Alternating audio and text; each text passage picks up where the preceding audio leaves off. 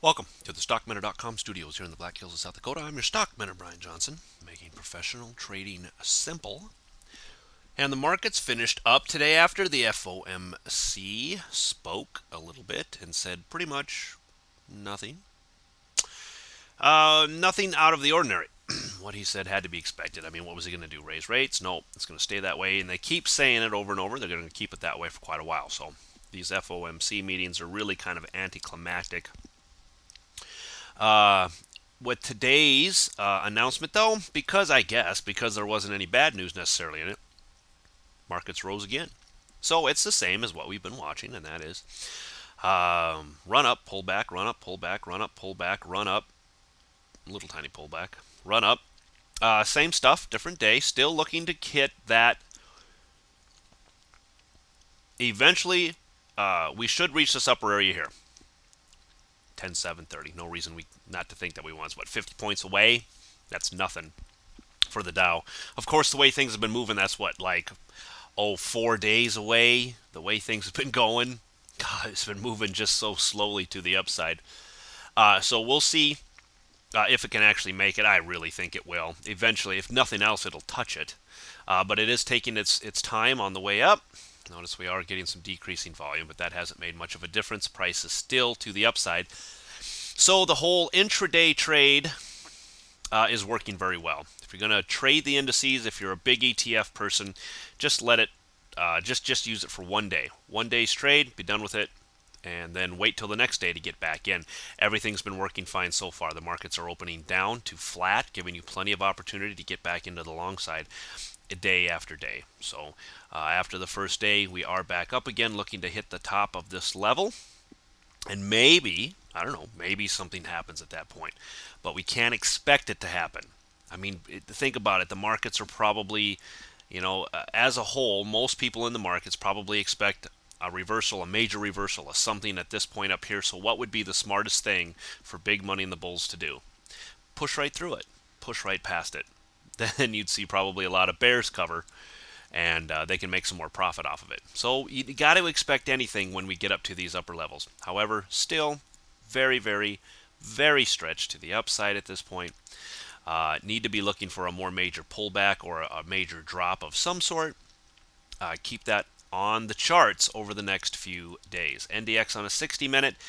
It was up today as well, 12 points, doing the same type of a thing. Move back up, pull back, move back up. Now, it has not, it broke this blue line, but it has not retested this blue line. It may, I don't know, this is a pretty steep line. It may or may not make it back to this. I'm still watching that overhead area of 1950 to 1960, which is right up, and we see it better on the weekly, I guess, but right up above this area, you can see where this did turn into a potential little pullback here, and now we're moving to the upside again. From a weekly standpoint, here's that overhead 1950, 1960, 1970-ish area, somewhere up in here, 1960, 1970.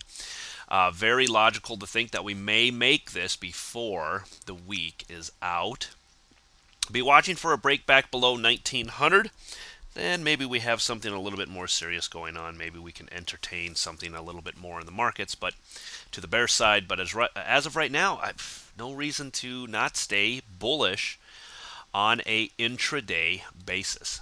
SPX on a 60-minute, you can see it pushing up as well, making new highs. I had some strong overhead resistance between the 1155 and 1160 area, so curious to see that this is where we ended. This is about exactly where the futures ended as well, so that was very curious to see, somewhere up in this area here.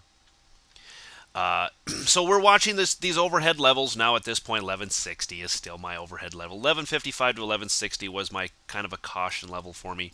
Any break up and above that, maybe there is still a little bit left in this to the upside. 1155 to 1160 also coincided with this overhead blue line, which was something else I brought up in the video yesterday. So here it is, nice push above this area, and right back to this overhead resistance, made for a pretty really easy, simple intraday trade if you're just going long right now. SPX on a weekly still trying to push its way up and over this double topping area here of 1150. So this might, if it can hold for the week, will have then exceeded this double top area, and we'll have to start looking at these overhead levels up here for potential targets down the road. VIX on a daily, you can see it falling again back here, just meandering sideways, but what this means is nothing more than there's no fear in the market.